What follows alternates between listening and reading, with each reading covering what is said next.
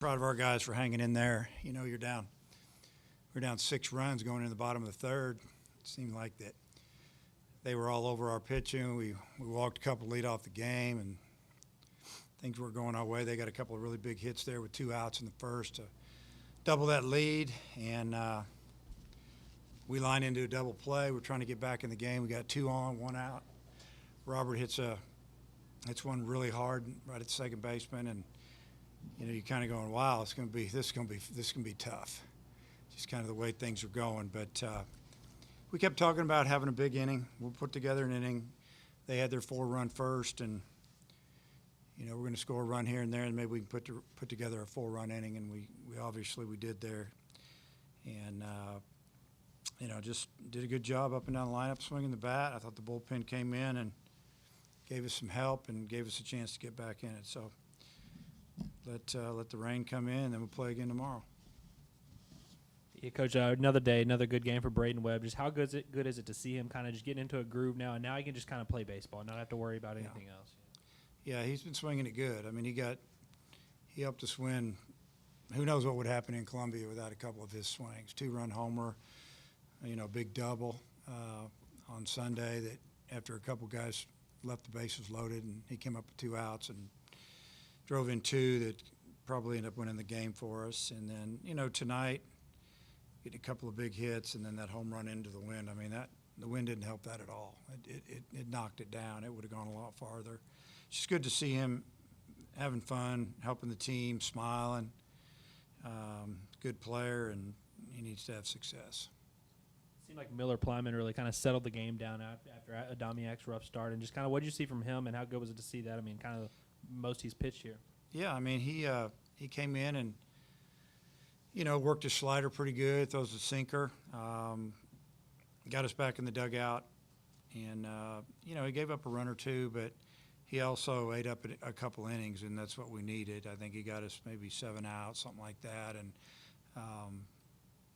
he just did a really good job. You know, we brought him in early because we thought he's a little more experienced than some of the other guys, and that we needed to go long for us. Obviously, we had some guys that we wanted to get some work tonight, you know, that did, like Taylor and Vermillion, because we didn't really want to throw those guys tomorrow. And you know, tomorrow is going to be a different group of pitchers, and you know, I know at least for the Razorbacks, there's going to have to be some guys step up. I'm not sure how Coach Curry and them are going to pitch it, but you know, both teams are getting ready to play a big conference series. You just got to go out and hope that pitcher or 2 has a really good outing for you, or you score a lot of runs. Coach, it seems like Kendall Diggs has done a pretty good job of getting on base for you guys this season, and had his first career home run tonight. What have you seen from him so far this season? Some pretty good at-bats. You know, usually been getting deep into the counts. I honestly would like to see him swing a little bit more, especially when runners are in scoring position, less than 2 outs. Just driving a run with a, you know, sac fly or something. I think he's getting a little too picky, but I talked to him after I think he might have struck out with some runners in scoring position. He came over, and I had a little talk with him about, you know, putting the bat on the ball, driving in the runs. You've got to drive in runs. And his next at bat, he drove in 3. It was kind of good to see. But he's done a good job. He's a good hitter. He's got a really good swing. Can run a little bit. You know, I'm glad that it looked like he finally relaxed when he got that hit. I hate to keep asking about it, but is there a chance that Borfin plays tomorrow, or are you maybe holding him for the weekend? Yeah, so today was his first day he put BP on the field. He looked really good. I don't think you'll see him tomorrow. I mean, if he gets cleared, I'll play him. But he's real close. He'll be on the roster this weekend. He wasn't last weekend at Missouri. So, you know, but I'd almost like to get him some live at-bats, so maybe some guys that need to throw Thursday can throw live, and at least, you know, he can get a few to get him maybe ready to help us this weekend, or, you know, be full go next week. We play on Tuesday, then we travel Wednesday, then we play Florida Thursday, Friday, Saturday. Coach, Stark struck out the side tonight. I think he's up to 10 strikeouts in just over about 5 innings pitched. Where do you think about where he's at right now?